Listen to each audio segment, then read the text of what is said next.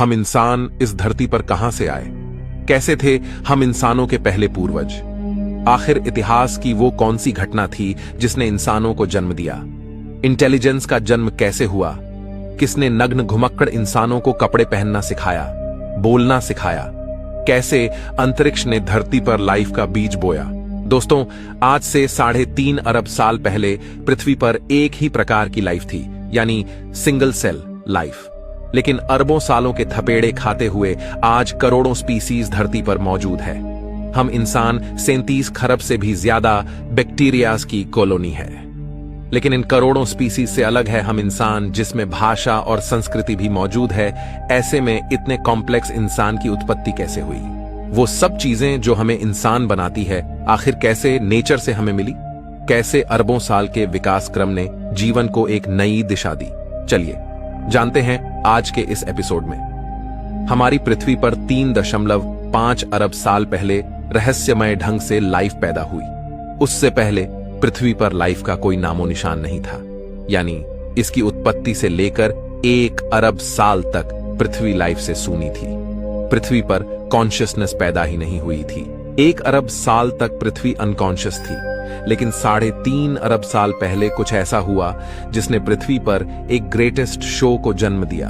उस शो का नाम है एवोल्यूशन। जब से लाइफ पैदा हुई तब से लेकर अब तक प्राकृतिक आपदाएं हमेशा से लाइफ की दुश्मन बनी रहीं, और यही कारण है कि 5 बार प्रलय ने लाइफ को खत्म करने की कोशिश की, लेकिन लाइफ हमेशा सरवाइव करती गई।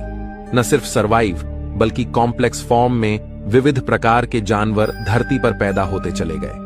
शुरुआत में जन्मी सिंगल सेल बैक्टीरिया लाइफ की सबसे सिंपल फॉर्म थी, और धीरे धीरे नेचर ने इसे कॉम्प्लेक्स बनाना शुरू किया। अरबों सालों में लाइफ समुद्र से भूमि पर और भूमि से आसमान में कदम रखने लगी। इन अरबों सालों में इंसान का कोई नामो निशान नहीं था। आज से 65 मिलियन साल पहले डायनासोर्स जैसी प्रजाति का भी अंत हो गया था। डायनासोर्स के युग का अंत होने के बाद अब धरती पर मैमल्स का राज होना बाकी था। मैमलियंस धरती पर मौजूद सभी स्तनधारियों और इंसानों के पूर्वज थे, जो साइज में चूहे के जितने छोटे थे। लेकिन नेचुरल सिलेक्शन और एवोल्यूशन के चलते मैमल्स की भी कई अलग अलग प्रजातियां पैदा होने लगी। डायनासोर के मरने के बाद अब धरती मैमल्स के लिए खुला मैदान थी। जो मेमल्स डायनासोर के डर से बिलों में छुप कर रहते थे, वे अब बेखौफ घूम सकते थे। अब वे दिन दहाड़े एक नए एनवायरनमेंट में रहने लगे। अब मैमल्स ने अपनी आजादी का फायदा उठाकर अलग अलग वातावरण में रहना शुरू किया। इस वजह से नेचुरल सिलेक्शन के चलते मैमल्स भी कई प्रकार के जीवों में विकसित होने लगे। लेकिन दोस्तों, डायनासोर अभी पूरी तरह नहीं मरे थे, बल्कि उड़ने वाले डायनासोर की कई प्रजातियां अभी भी सरवाइव कर गई थीं। पर बदलते मौसम और वातावरण की वजह से वे भी धीरे धीरे बर्ड्स में इवॉल्व करने लगे। इन मैमल्स को विचित्र प्रकार के जीवों में तब्दील होने में अगले करोड़ों साल लगे, जहां मैमल्स इवॉल्व होते होते प्राइमेट में तब्दील हुए। इन्हीं प्राइमेट से आगे चलकर इंसान की उत्पत्ति होनी थी। आमतौर पर हम प्राकृतिक घटनाओं से डरते हैं, लेकिन आज से 70 लाख साल पहले एक ऐसी प्राकृतिक घटना हुई जिसके लिए हम प्रकृति के शुक्रगुजार हैं, क्योंकि आइस एज की उस घटना ने इन प्राइमेट को मजबूर किया अपने पैरों पर खड़े होने के लिए। यह पहला कदम था इंसान की उत्पत्ति की ओर। इसी के साथ उस समय अफ्रीका में पैदा हुए ऊंचे ऊंचे पहाड़ों की वजह से अफ्रीका के उमस भरे जंगल धीरे धीरे सूखे और ठंडे पड़ने लगे। ऐसे में पेड़ों पर कूदने फांदने वाले प्राइमेट्स के लिए एक बड़ी परेशानी हो गई। अब बड़े पेड़ों की तादाद कम होने लगी और उनकी जगह घास ने ले ली।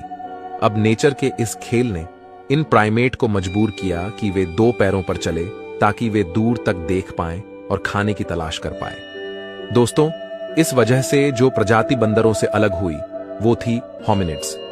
यहां से नेचर ने इंसानियत का बीज बोना शुरू कर दिया था, लेकिन इसकी फसल उगने में अगले 70 लाख साल बाकी थे। होमिनिड्स के अलग होने पर सबसे पहले इवॉल्व होने वाली स्पीसीज का नाम था सहेलांथ्रोपस। इन्हें देखकर बंदरों जैसी ही फीलिंग आती थी, लेकिन बदलते एनवायरनमेंट ने इस फीलिंग को भी बदल दिया। अगले कई मिलियन सालों में सहेलांथ्रोपस पेड़ की शाखाओं की तरह अलग अलग ब्रांचेस में इवॉल्व हुए, जैसे आर्डिपिथेक्स, ऑस्ट्रेलोपिथेक्स, पेरांथ्रोप्स और अंत में फाइनली होमो, जो लगभग 24 लाख साल पहले उत्पन्न हुए थे। पर इन मिलियन सालों के विकास क्रम में जीवन के इस पेड़ की बाकी सभी शाखाएं टूट गई यानी एक्सटिंक्ट हो गई, और बची एक शाखा यानी होमो, यानी जिससे हम निकलने वाले थे।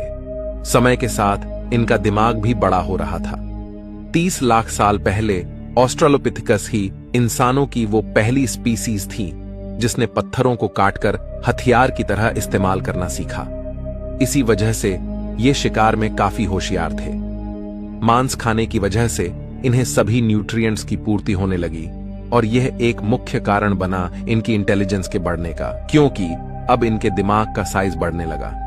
इस तरह आज से तकरीबन 20 लाख साल पहले होमो जीनस की उत्पत्ति हुई, और इस जीनस की पहली स्पीसी थी होमो हैबिलिस यानी हैंडीमैन, जिसने पत्थर के औजारों को और मॉडिफाई किया। वहीं होमो जीन्स में एक और स्पीसी पैदा हो रही थी, वह थी होमो इरेक्टस, जो आज से करीब 18 लाख साल पहले अस्तित्व में आए। ये वो पहली स्पीसी थी जो 2 पैरों पर सीधा खड़े रह सकती थी। अपने पैरों पर खड़े होकर इसी स्पीसी ने नेचर की जिम्मेदारी को संभाला, और इन्होंने सबसे पहले आग को कंट्रोल करना सीखा। यानी हम कह सकते हैं कि आग का आविष्कार आज से 18 लाख साल पहले हुआ। लेकिन अपने आप आग की खोज कैसे हुई?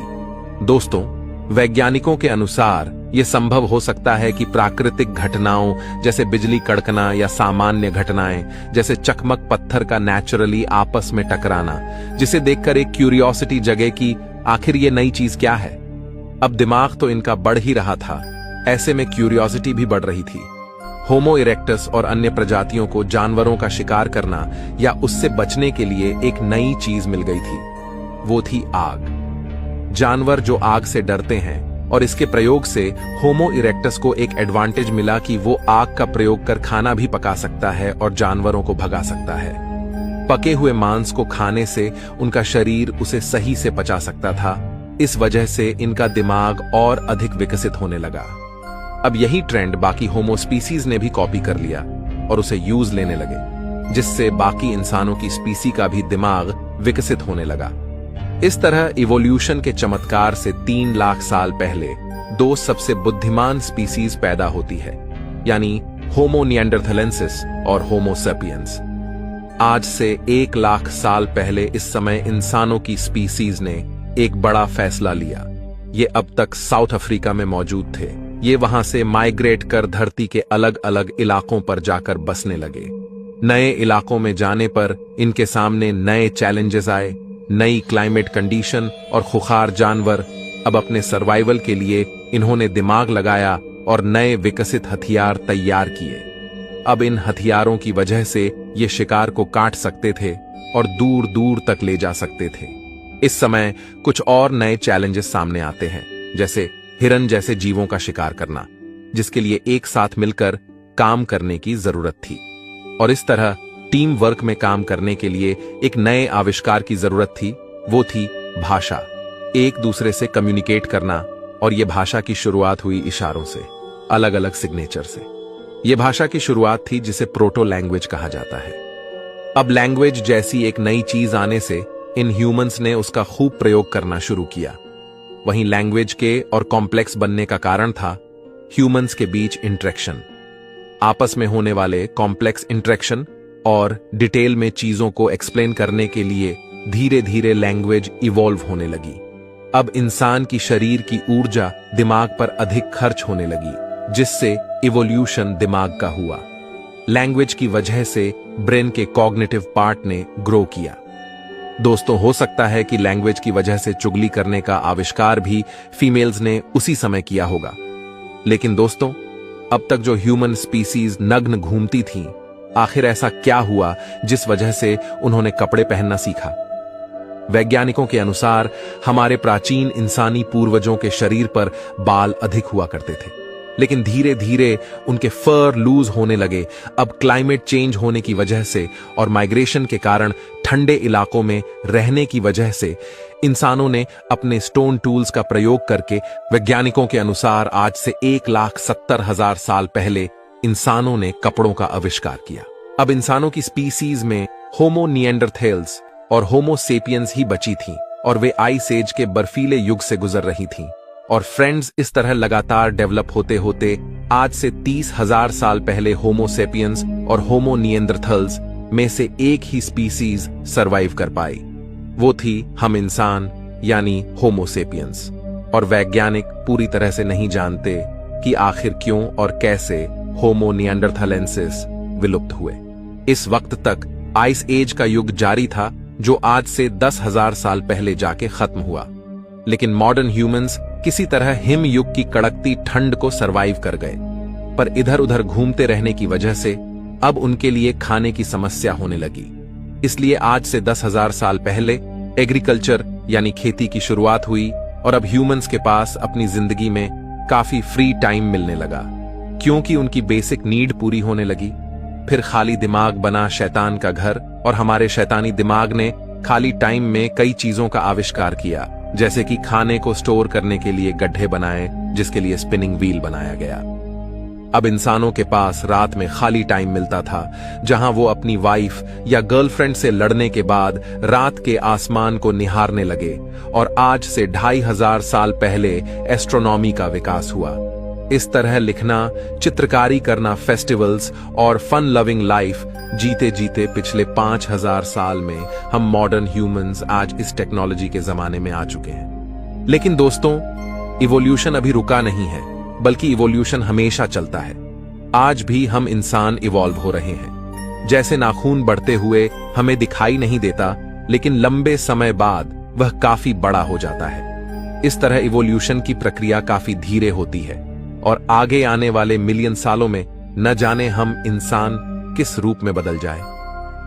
आज हम ऐसी कई परिस्थितियों से गुजर रहे हैं जो हमें लगातार शेप कर रही हैं। जिस तरह भूतकाल में हम इंसानों की कई विचित्र प्रजातियां थीं, उसी तरह हो सकता है हम इंसानों की और भी कई विचित्र प्रजातियां पैदा हो जाएं। आज हम जीवन के लंबे इतिहास को जानते हैं कि किस तरह जीवों का विकास हुआ, लेकिन एक सवाल अभी भी वैज्ञानिकों को परेशान करता कि आखिर लाइफ की शुरुआत कैसे हुई, किसने पृथ्वी के गर्भ में लाइफ का बीज बोया।